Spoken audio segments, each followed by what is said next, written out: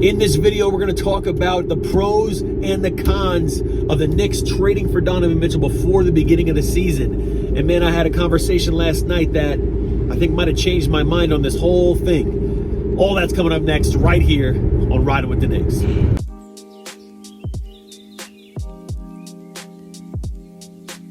Welcome back to Riding with the Knicks, and good morning. I usually post on Friday afternoons, but I'm up this morning and I'm excited about a conversation I had last night, and so I figured, hey, let's drop a midweek video and see if we can't do a pros and cons list about this Donovan Mitchell situation for the Knicks. And again, at the end of this video, this is going to be a short video, but at the end, I'm going to tell you about this conversation that I just had last night that really changed my mind on the whole situation. So let's jump right in. Let's start.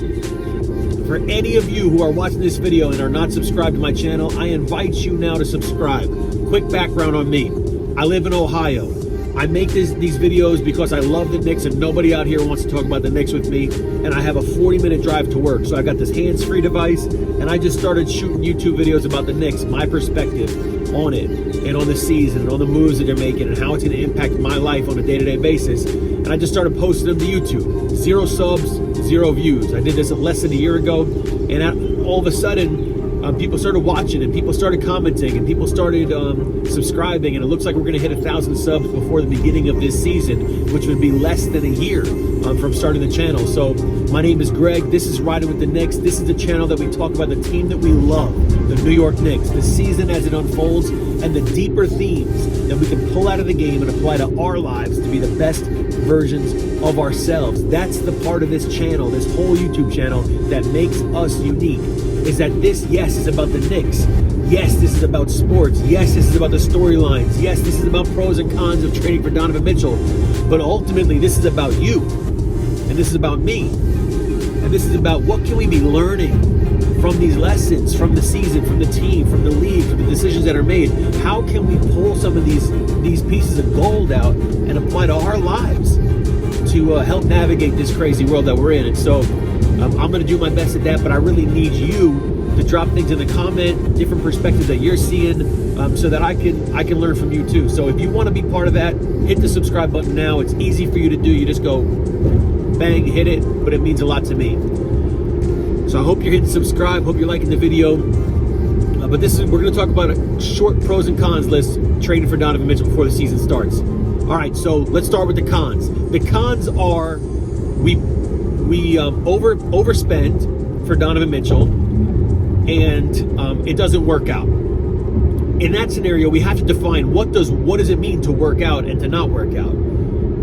I don't think any of us think that Donovan Mitchell is going to make the Knicks a contender in year 1, or maybe even year 2. And so, with those expectations, then what are the expectations?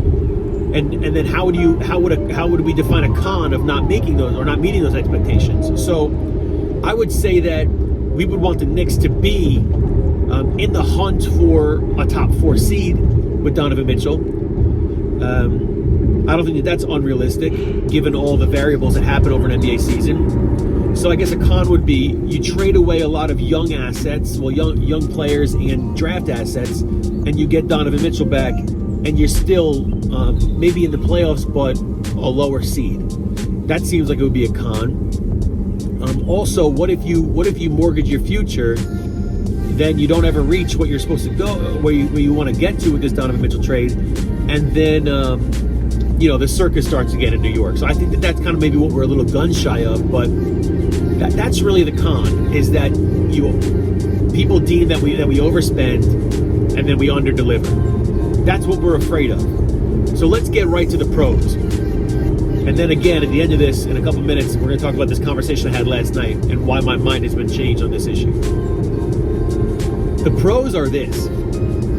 The pro of trading for Donovan Mitchell is that you open the season with a starting lineup of Jalen Brunson, Donovan Mitchell, RJ Barrett, Julius Randle, and Mitchell Robinson. That's a pro right there. That's a pro. And so the question is then, what is the greater odd? Are the odds greater that Donovan Mitchell is going to be a franchise-altering player? Or are the odds greater that one of these young guys that we would have to move is going to be a franchise-altering player? So let's talk about the young guys that we would have to move. We probably would have to move 3 of these young guys, plus Evan Fournier and some picks. The young guys would be Obi Toppin, Emmanuel Quickley, Grimes, and Deuce, and Cam Reddish, right? Those are the guys. Now, I think we're going to have to probably, in this deal, if the Knicks want to get it done, move 3 of those guys. Obi was just mentioned yesterday. He was in a deal. It was going to be like, what, Obi, Grimes, and I don't know who the last player was, but what do you think? Do you think the odds are greater that Donovan Mitchell is going to be a franchise-altering player, or that one of those 3 guys is going to be? Say we move Obi, IQ, and Grimes, that one of them is going to be a franchise-altering player. I think the odds are it's Donovan Mitchell, because he already is a franchise-altering player. And so the pros of trading for him are that you get that dude now, and you give up the potential of one of those other guys becoming it. Now, I fall in love with the players. Ever since I started watching 10 years ago, when the Knicks drafted Porzingis, and he did that spin move in his first few games in the open floor and dunked it, I was all in. I was pumped when they drafted Cleanthony early, even though I didn't know anything about him. I love the team, and I love that that's our guy now. Kevin Knox, he was young, probably could have done an extra year in college, but he was our dude. And other players were on the board that we should have selected, but we picked him. And so, Frank Ntilikina, there were other dudes on the board. It was Donovan Mitchell was on the board that year. But when a player becomes ours, I just fall in love with those guys. And I think that you do too. And I think we end up overvaluing our dudes. And I feel like the unemotional decision is to move a big package to get Donovan Mitchell before the start of the year. And the way I came to this conclusion is I had the privilege of being on a podcast last night with an awesome group called Still Knicks Fans. If you're watching this channel, you probably know about them. Ron and John over at Still Knicks Fans. They invited me on to just talk about this channel, Riding with the Knicks, and to be part of their conversation for the evening. They didn't have to do that. They didn't have to give me opportunity to talk with them. But they did, because they're about this Knicks community. And so all the thanks in the world to those guys. If you don't know their channel, go check them out. They just had a great interview with Alan Hahn. You can watch that.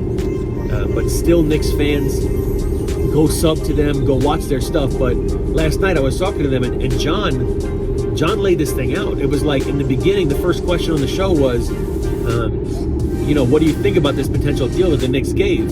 And I think we gave Evan Fournier, we gave a few picks, and it was Obi and Grimes, and I forget who the other player was. And I started with saying, no, they want us to significantly increase that deal. The Jazz wants us to significantly increase that deal. I'm not about it. But honestly, listening to John for an hour, I was like, damn, at the end of it, I was like, we got to do this deal. We have to do this deal. And so I know if my buddy Kev from Knicks We Hear is watching, he's probably cringing right now because he loves our guys. He doesn't want to come off any of our guys. He wants to keep building slowly. But I think this is why you build these assets. This is why you build this young core is to go and make a move like this in this NBA. And so I guess in recap, there are obviously cons and pros to making a trade of this magnitude. But what we would be getting in Donovan Mitchell is a young, franchise-altering all-star who loves New York, can handle the pressure, has been here all summer not getting in trouble, can have huge moments in the Garden, can take pressure off Julius Randle, can take pressure off RJ Barrett, can let those guys thrive in their role, can benefit from having a guy like Brunson next to him, can benefit from having a guy like Derrick Rose on the roster who's going to be that vet in his ear.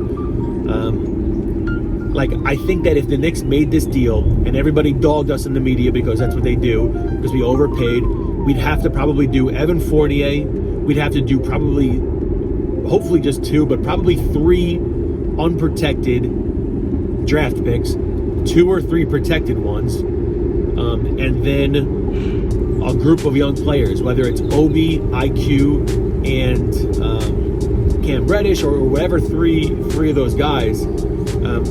It would be painful to do it, but only for a short amount of time. Because when Donovan Mitchell's lighting up in the Garden, and we're rolling out that starter 5 of Jalen Brunson, Donovan Mitchell, R.J. Barrett, Julius Randle, and Mitchell Robinson, it's all going to feel pretty good. So I want to hear from you. I want to know what you think about this.